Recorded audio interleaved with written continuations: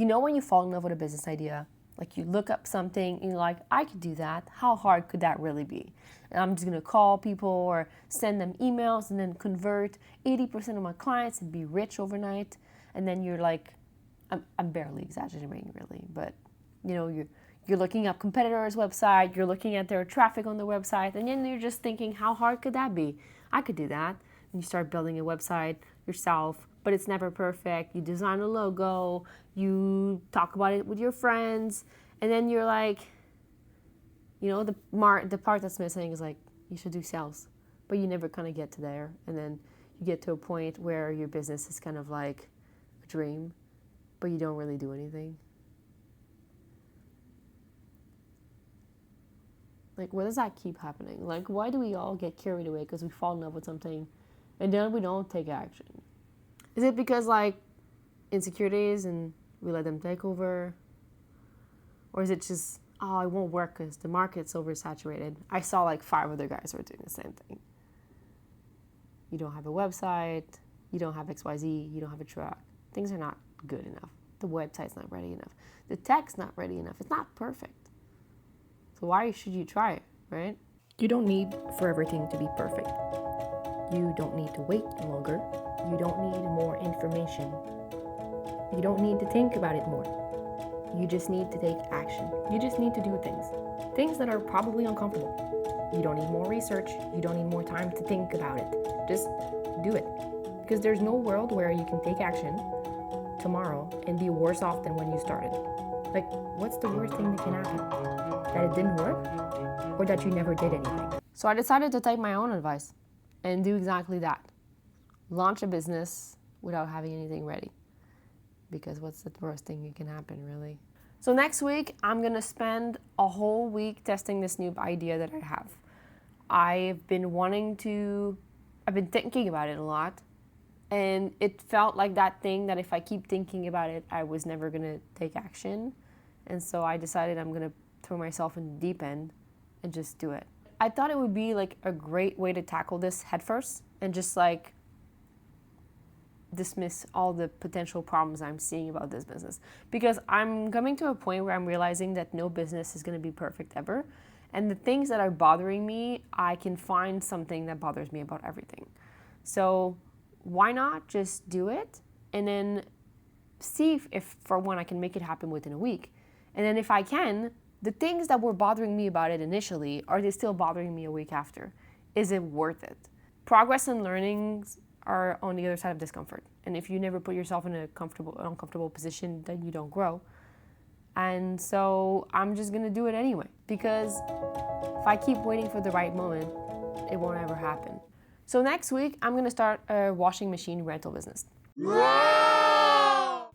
It's not a sexy business at all. It's a very boots on the ground, move stuff around, get your hands dirty business, which is something I'm decent at. It's a business that's gonna bring me some income that is recurring, that is very much boots on the ground. Like, I'm gonna work hard if that works. I have to go places, I have to get a truck, I have to get employees, fix and, move a bunch of heavy things. I'm not doing this because I think it's a great idea. I'm doing it because it might not be, but I won't ever know if I don't test it. There are things I'm concerned about logistically that are kind of like putting me off a bit, and I didn't know if that was gonna be a deal breaker, and doing it for me feels like the only way to truly know for sure, which is why I'm gonna try it. If I'm hustling for a whole week, I'm pretty sure I can make something happen, rent a couple sets, and then after the end of the week, see, okay, do I keep going with this or do I just like find something else? Because at worst, I have a couple of sets that are rented. At worst, I actually do nothing and it doesn't work, and then I know for sure, which is also kind of a bittersweet because I won't get to test all the other parts. But I will have tried. That's the takeaway here. So this is not a super original anything. I actually saw this YouTube video a couple months ago and watched the whole thing. And so did 1.3 or 1.6 million people. The guy is in Utah. He did a whole breakdown of how he runs his business. I'm going to take it as is and copy paste it here. that's pretty much what I'm going to do. If this is something you're interested in, watch it. It's kind of cool. Which is why I wanted to try it. Because I thought it's really interesting.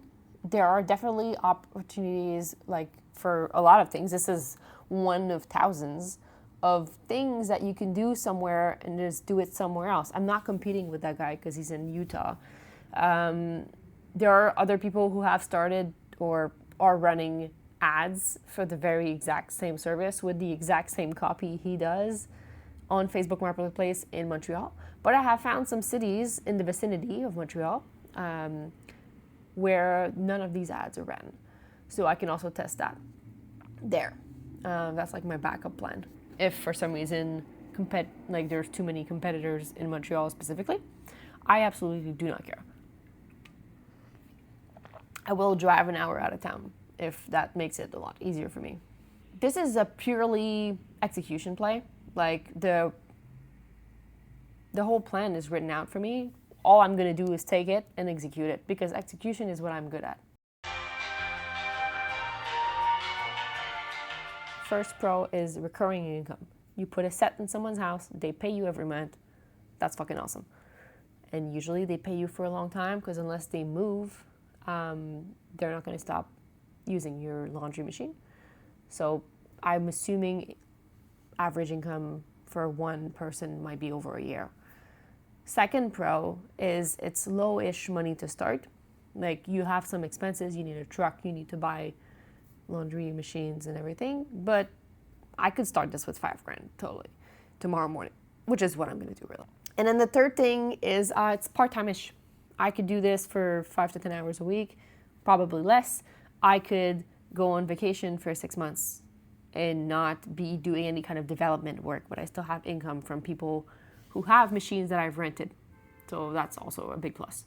The cons that are big and annoying is I need a truck. I don't have a truck. I'm going to rent a truck for this experiment, but there's a world where if I decide to do this for a foreseeable future, I might have to buy a truck, which means I have, license and insurance and registrations and whatever.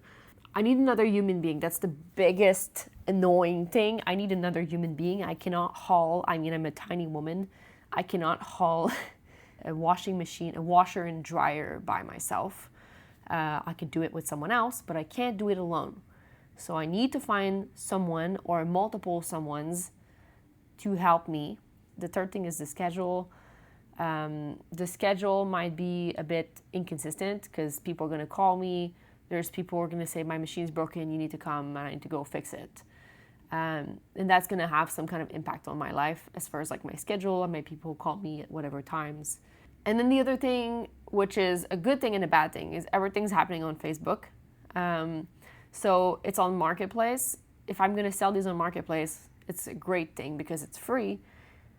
I might have to boost some listings or whatever, but it's mostly free. And then the downside is it's on Marketplace. So I'm going to get a shit ton of messages and people are going to blow up my phone.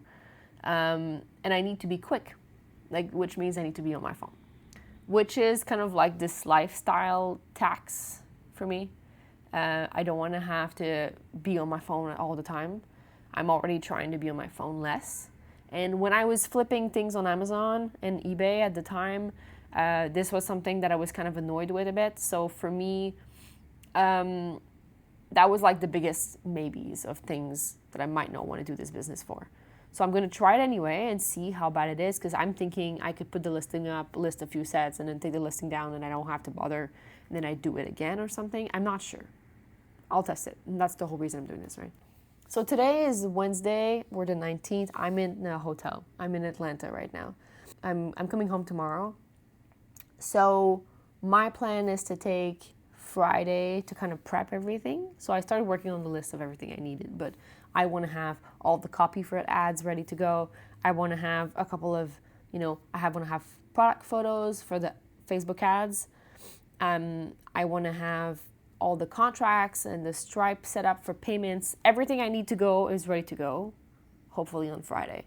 And then on Monday, I start running ads, and then I have a truck lined up, and I'm kind of waiting. And so if I get anybody that's serious, my plan is to, once I get someone who's like, cool, let's do it, then I rent a truck. So theoretically, I spend no money. and then I see what happens. And then I might, spend more money to try and drum up some sales if it's not working.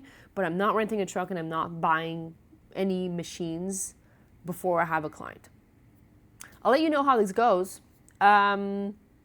Expect a full breakdown soon, probably. I don't know if the next video will be that or the one after. See you.